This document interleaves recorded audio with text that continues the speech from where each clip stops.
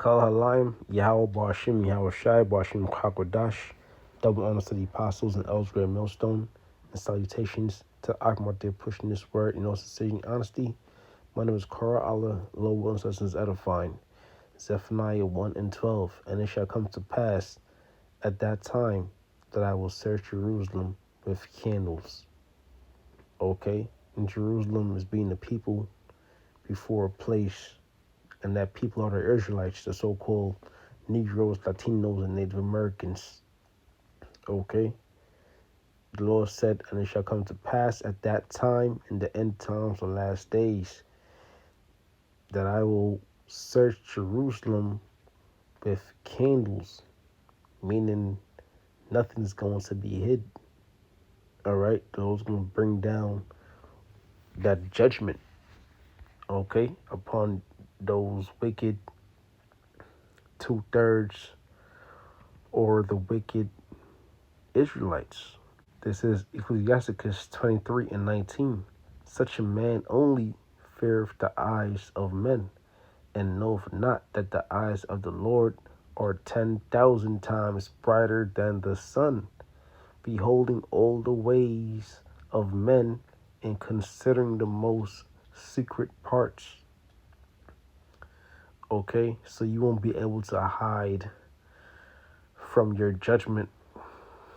Back in Zephaniah 1 and 12, continue on, it says, and punish the men that are settled on their lees.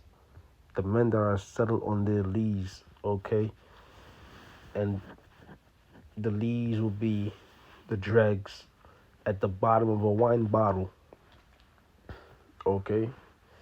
Meaning that wine, that bottle is not shaken up, the bottle is not stirred up.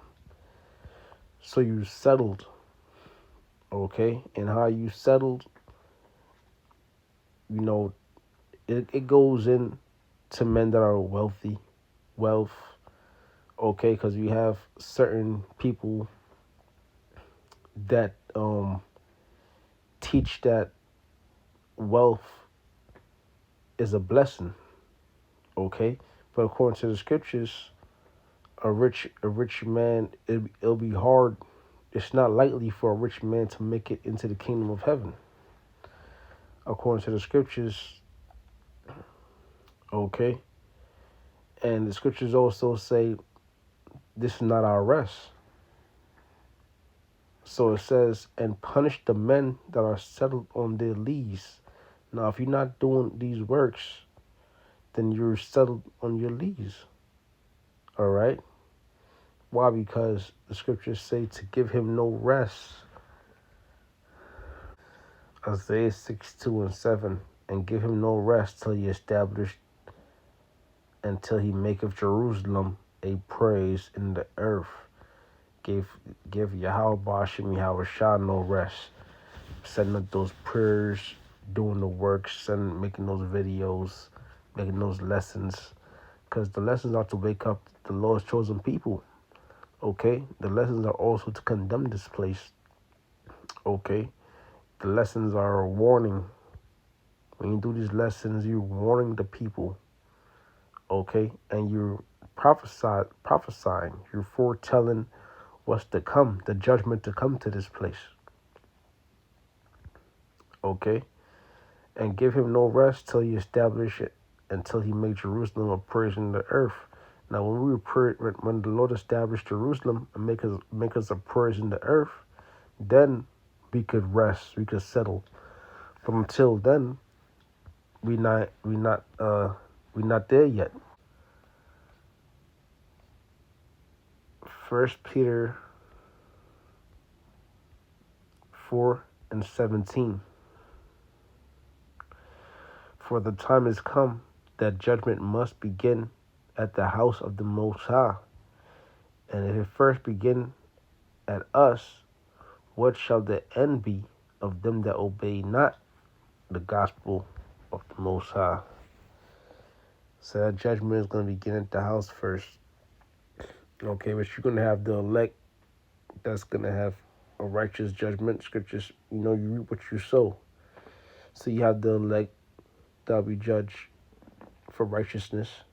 And then you have the wicked amongst us that will be judged for wickedness. Okay, because even in Israel, you have people that's pushing building communities, making money, wealth. Okay, and that's not the case because everything you see here is temporal. Okay, the main thing is doing the Lord's will. All right, it says, "For the time has come that judgment must begin at the house of the Most High. And if it first begin at us, what shall the end be of them that obey not the gospel of the Most High, the good news?" And that consists of the law, statute, commandments. Okay, and if the righteous scarcely be saved, what shall the ungodly and the sin? Where shall the ungodly and the sin appear?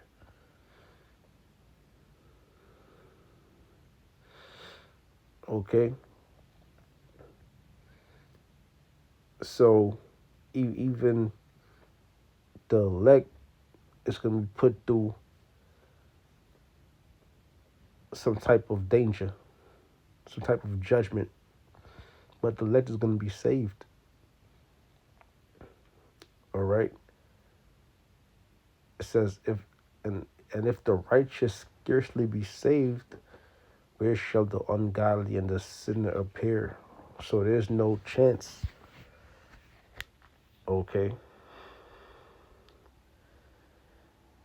There's no chance for the wicked. Matthew 7:21. Not everyone that saith unto me, Lord, Lord, shall enter into the kingdom of heaven, but he that doeth the will of my Father which is in heaven. There you go, straight to the point, man. Doing the will, which is to go out there in the highways and byways, grow your beard, stop getting lineups, stop eating pork, shrimp, and lobsters, stop selling drugs, stop calling yourself niggas and spics, stop calling yourselves American and African, stop calling upon God and Jesus Christ. Okay, the real name is Yahweh or Yahweh Shah. Matthew 7:21. Not everyone that saith unto me, Lord, Lord, shall enter into the kingdom of heaven, but he that doeth the will of my Father which is in heaven.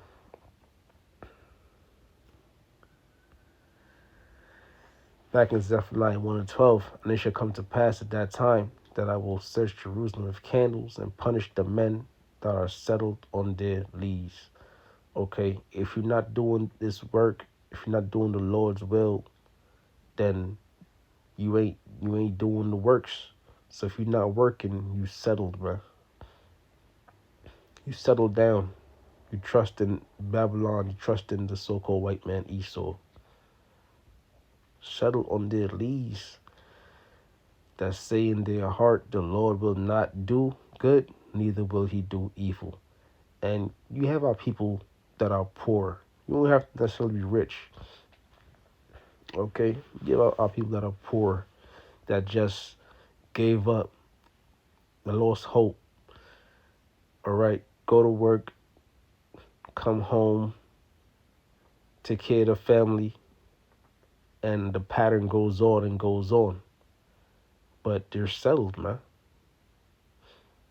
Okay? And they said that the Lord will not do good, neither will he do evil. I have a precept I want to bring up if I can find it.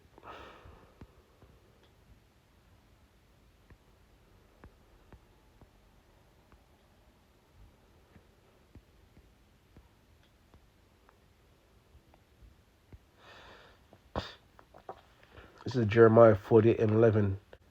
Moab has been at ease from his youth, and he has settled on his lees.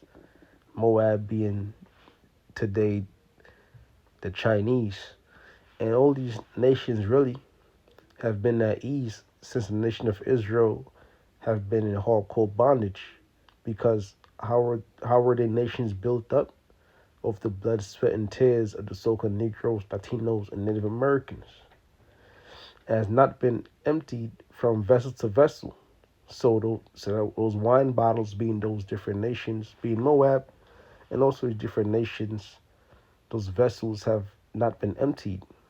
They have been untouched. Okay? They have been aging. Neither has he gone into captivity. So there you go. All right? Therefore, his taste remaineth in him, and his scent is not changed. And a lot of these nations have to pay, have to pay for their crimes, man. A lot of these nations have to be judged, and they will be.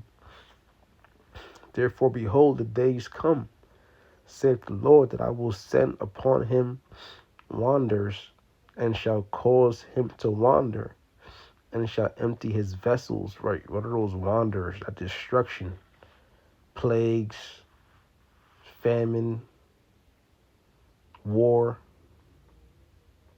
Okay? It says, therefore, behold, the day cometh, saith the Lord, that I will send upon him wanderers,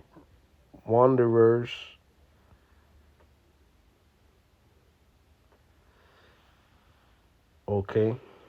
Let's look up this word wanderers. It says wine workers. Jeremiah 48:12. Wanderers.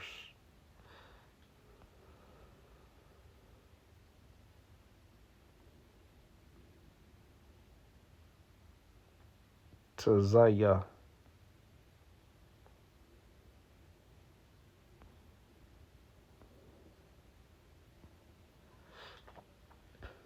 To tip over, for the purpose of spilling or pouring out.